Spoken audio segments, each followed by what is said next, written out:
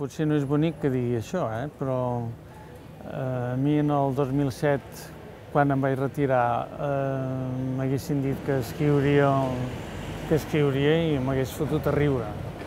M'hagués passat el mateix si abans de fer el celler Batllach a Porrera m'haguessin dit que em dedicaria. Vull dir que en la meva vida, per sort, hi ha molts atzars que intervenen.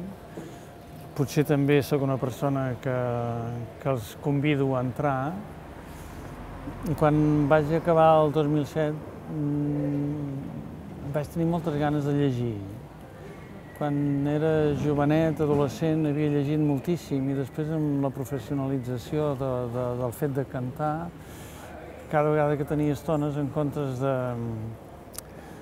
dedicar-me a llegir, em dedicava a escoltar música, a entendre què passava, producció, aparells nous, etc.